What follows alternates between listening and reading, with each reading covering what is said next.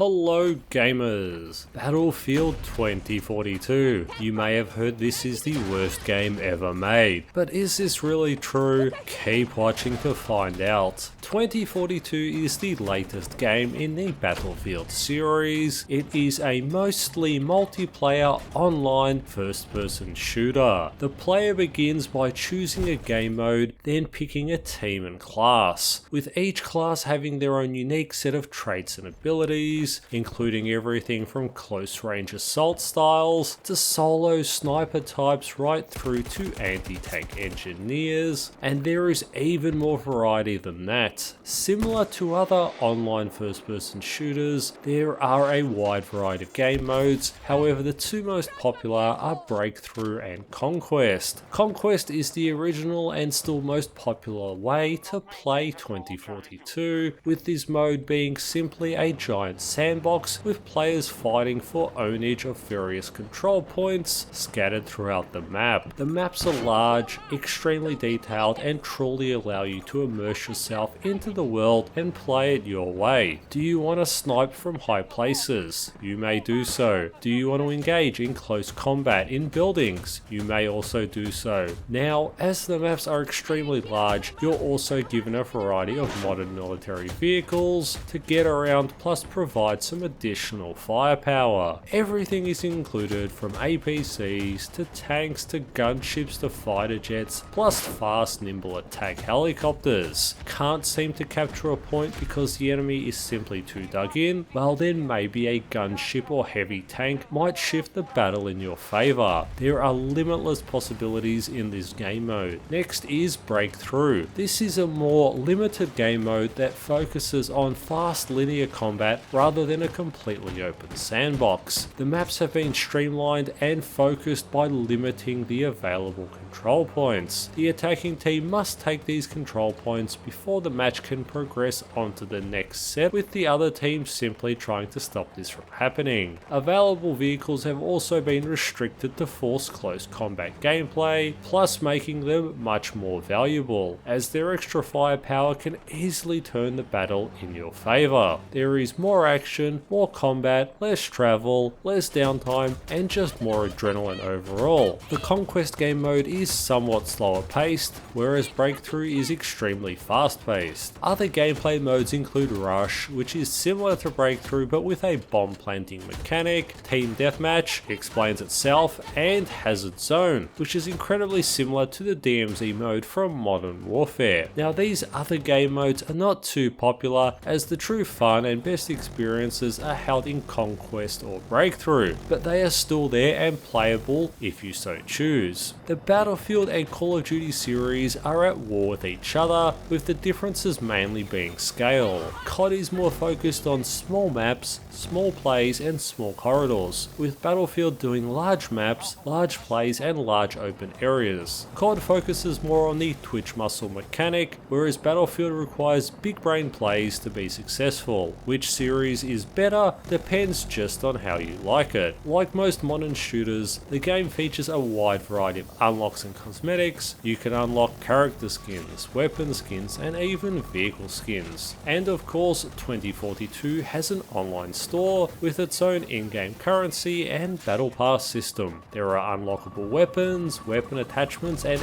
even vehicle attachments. Yes, your vehicles can have their parts changed depending on how you want to play, with of course the more experienced you are in any area, giving you access to more and even better attachments. What really makes Battlefield 2042 fun is its huge scale. You want to parachute in? You can do that. You want to drive a tank to a hilltop and start blasting? You can also do that. The absolutely large scale sandbox is what makes this title so much fun. Anything you can dream up, anything that you want to do, you can do it here in Battlefield. The absolute huge variety of weapons, attachments, vehicles, vehicle unlocks is truly impressive. The ability to not only operate tanks and jeeps, but also gunships and other aircraft once again just adds to the scale and variety of it here. The maps are also large and interesting, ranging from Arctic tundras to Middle Eastern deserts and also urban cities. Most games feature 64 players with 32 players on each team, and custom game servers featuring up to 128 total players do exist. If you're enjoying what you see, drop me a like, and if you want to see what else comes out of this studio, then hit that subscribe button. Now back to the video, leading to some incredibly large scale matches. The game also features built-in AI players should the server be running low on humans. Now the AI isn't spectacular, but it does what it needs to do. Realism is also another huge factor in Battlefield 2042, with there being a large amount of modern military equipment to use. This game does not dip into the simulator genre, but focus on being a true game that is meant to be played. It gets technical in all the right places, but not too technical that it gives off that simulator vibe. Fast, fun gameplay is encouraged. The sound is truly unbelievable and is one of the best aspects of this game. No other game features such rich, realistic sound effects. Everything from explosions to gunfire sound very lifelike. There is no other game with audio this good. The heavy thuds of a gunship's autocannon splattering the ground ring out extremely loud and menacing, as they very well should. This level of detail extends all the way down to rifle fire and hand grenades. The sound is exceptional. Now, not everything about this title is amazing. First being how buggy the game is. This game is exceptionally buggy, which is odd for such a large AAA title. There are a wide variety of bugs still in the game since launch, and they will probably never be fixed. All sorts of visual bugs, from invisible vehicles to invisible character models, which although are not game breaking, are just odd to still see. Now the game also has a tendency to permanently hang during map transitions and breaking the game. The game will simply fade to black and remain in this state permanently, with the only option being to simply Alt F4 and then just relaunch the game. This is an extremely common bug that a lot of players have, and is surprising that it hasn't been fixed yet. These bugs happen way too often, and it is simply down to poor developer coding rather than being a player's setup, which is once again odd for a large AAA developer with unlimited technical know-how and capabilities to still have such a buggy, poorly coded mess. Now the other issue is the sheer amount of bloat and unnecessary content, which is absolutely overwhelming in Battlefield 2042, and helps explain why the game is an 80+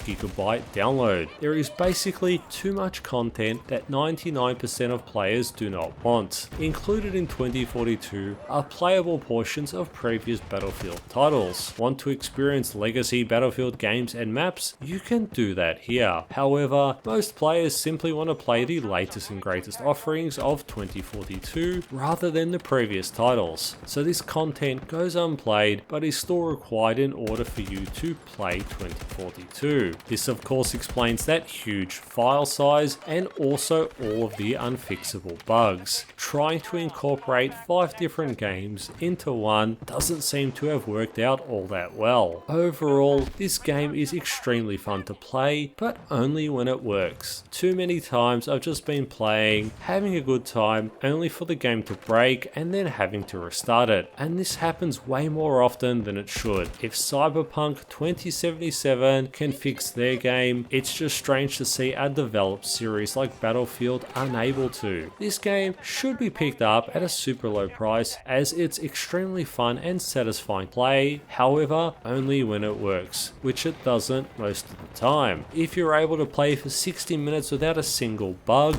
you're doing extremely well. And that's why it's so disappointing to see, and the overall negative attitude towards the game, because how could such a well-structured studio with skilled developers release such a broken and buggy game? And rather than fix these awful bugs, just simply continue to push out unnecessary seasonal content and cosmetics. Most players would rather have a working game than some new skin, but content seems to be king. It's not the worst game, but it is super disappointing due to very poor development. If you want large open maps, sandbox gameplay and a modern military setting, this is for you. However, once again, grab it on a sale, 80% off, because although it is fun, the bugs just stop it from being a must-play title. And thank you for watching.